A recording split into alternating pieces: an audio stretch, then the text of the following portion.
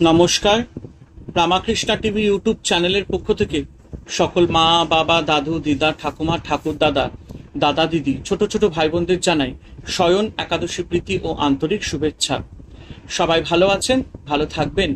আমি আবারও চলে এসেছি শ্রী শ্রী রামকৃষ্ণ মিশনের শ্রীমদ্ ভগবদ গীতা সম্পর্কে আলোচনা করতে, যা সহজ সরল অনুবাদ ও ব্যাখ্যা করেছেন স্বামী লক্ষ্মীশ্বরানন্দ মহারাজজি এবং সংকলন ও সম্পাদনা করেছেন স্বামী চিদরূপানন্দ মহারাজজি। আজকে আমরা আলোচনা করব শ্রীমদ্ ভগবদ গীতার থেকে অষ্টম অধ্যায় অক্ষর ব্রহ্মযোগ থেকে 18 এবং 19 নম্বর শ্লোক। এবং একটা কথা বলবো, যারা যারা আমার আগে শ্রীমদ্ ভগবদ গীতার শ্লোকের ভিডিও বা এপিসোডগুলি দেখা মিস করেছেন, অবশ্যই আমার Ramakrishna TV YouTube channel Shrimad Bhagavad Gita play লিস্টে যাবে এবং সেখানে আপনারা আগের ভিডিও বা শ্লোকের ভিডিওগুলো দেখে নিতে পারবেন। তো চলুন আজকের আলোচনা শুরু করা যাক। প্রথমে আমরা আলোচনা করব 18 নম্বর শ্লোক। অব্যক্তাৎ ব্যক্তয় সর্বা প্রভবন্তা হরাগমে রাত্রাগমে প্রলীয়ন্তে তত্রৈবা ভক্ত সঙ্গকে। অর্থাৎ এই শ্লোকে ভগবান বলছেন, ব্রহ্মার দিন আগত হলে অর্থাৎ ব্রহ্মার জাগরণকালে অব্যক্ত কারণ প্রকৃতি থেকে সকল পদার্থ উদ্ভূত ব্যক্ত হয়। আবার ব্রহ্মার রাত্রি সমাগমে অর্থাৎ ব্রহ্মার নিদ্রা অবস্থায় সেই অব্যক্ত নামক মূল কারণেই সব জীবজগৎ লীন হয়। ব্রহ্মার সুষুপ্তি অবস্থার নাম অব্যক্ত। তিনি জগৎ জাগ্রত, তখন তিনি ব্যক্ত। তিনি যখন জাগ্রত তখন তার চেতনার শক্তি ফুটে ওঠে, অর্থাৎ তখন আমরা এই জগৎকে দেখতে পাই বা কাজে লাগাতে পারি। ব্রহ্মা যখন সুষুপ্তি অবস্থায় যাবেন তখন সবকিছু কারণ রূপে বিলীন হবে, আর জগৎ দেখতে পাবো না, কাজেও লাগাতে পারবো না। ব্রহ্মার একটি দিনকে বলা হয় কল্প, রাত আর একটি কল্প।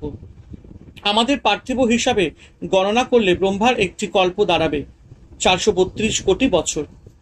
এটি হলো কাল সম্বন্ধে ব্যাপক ধারণ। তাই এই মন্ত্রে ভগবান বলেছেন, ব্রহ্মার যখন রাত্রি আসে তখন সমগ্র মহাবিশ্ব ব্যক্ত থেকে অব্যক্ত অবস্থায় ফিরে যায়। সময়ের সীমা সময়ের সীমা ব্রহ্মা পর্যন্ত বিস্তৃত। ব্রহ্মাকে অতিক্রম করলে সময়কেও অতিক্রম করা হয়। সসীম থেকে অসীমে যাওয়া যায়। কাল হলো যার মধ্যে ক্রম বিকাশের লীলা সংঘটিত হচ্ছে। কর্ম ও প্রক্রিয়া চলছে। সময়কে কাল বলা হয়। আমাদের কাছে কাল ও কালাতীত দুই সত্তা, ব্যক্ত ও অব্যক্ত অবস্থা হচ্ছে প্রকৃতির। ঈশ্বরের মায়া শক্তি দ্বারা ব্যক্ত ও অব্যক্ত কালের প্রভাবে ঘটছে, কিন্তু প্রকৃতির অব্যক্ত অবস্থা থেকে কালাতীত নিত্য অব্যক্ত পরব্রহ্ম কালের ঊর্ধ্বেও রয়েছেন। তিনি এক অবিনশ্বর, অপরিবর্তনীয়, নিত্য নিত্য শুদ্ধ চৈতন্য ব্রহ্ম। এবার আমরা আলোচনা করব 19 নম্বর শ্লোক।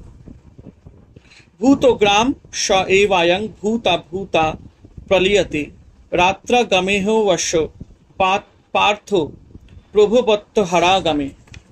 অর্থাৎ এই শ্লোকে ভগবান বলছেন, হে পার্থ, সেই প্রাণীগণেই যারা পূর্ব কল্পে ছিল পুণ্য জন্মগ্রহণ করে ব্রহ্মার রাত্রি সমাগমে লয়প্রাপ্ত হয় এবং পুনরায় ব্রহ্মার দিবা সমাগমে নিজ নিজ কর্মফলের অধীন হয়ে জন্মগ্রহণ করেন।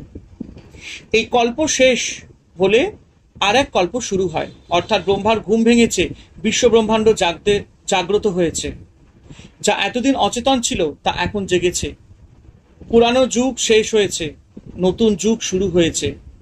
কল্পারম্ভে ব্রহ্মার দিবস উপস্থিত হলেই জীব জগতের প্রকাশ অর্থাৎ সৃষ্টি আরম্ভ হয়।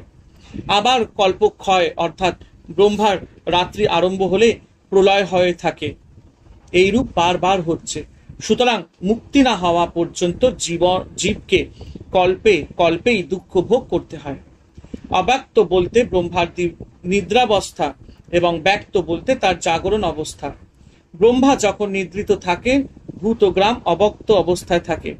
আবার নিদ্রা ভঙ্গে যখন জাগরণ হয় তখন জীবগণ ব্যক্ত বা প্রকাশিত হয়। সমুদায় জীব জগৎ এইরূপ প্রকাশ ও প্রলয়ের চক্রে ঘুরছে। একবার প্রকাশ আবার বিলয়, পুনরায় প্রকাশ পুনরায় বিলয়, সংকোচন ও প্রসারণ অনন্তকাল ধরে চলছে।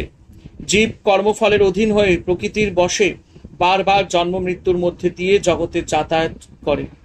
ভগবান শ্রীকৃষ্ণ অবশ্য শব্দটি ব্যবহার করেছেন, অর্থাৎ অসহায়ভাবে আমাদের মতামত প্রকাশের কোনো স্বাধীনতা নেই। প্রকৃতির অধীন আমরা নিতান্ত অসহায়। ঠাকুর শ্রীরামকৃষ্ণ বলেছেন, জন্ম মৃত্যু কারোর হাতে নয়। স এবায়ং ভূতা ভূতা প্রলীয়তে, সেই একই ভূত সমূহ জন্মায় এবং নিজের নিজের ভূমিকা পালন করে লয় হয়ে যায়। ভূত সমূহ অবিরামভাবে ব্যক্ত হতে থাকে এবং কোটি কোটি বছর পর আবার অব্যক্ত অবস্থায় ফিরে যায়। রাত্রাগমে, ব্রহ্মার রাত্রিকালে সব কর্মের অবসান। দিনের বেলায় ব্রহ্মা কর্মচঞ্চল থাকেন, সৃষ্টি চলতে থাকে। হরে কৃষ্ণ কৃষ্ণ কৃষ্ণ হরে হরে, হরে রাম রাম রাম হরে হরে। জয় শিব শম্ভু, জয় দেবী দুর্গা দুর্গতি নাশিনী, জয় মা কালী।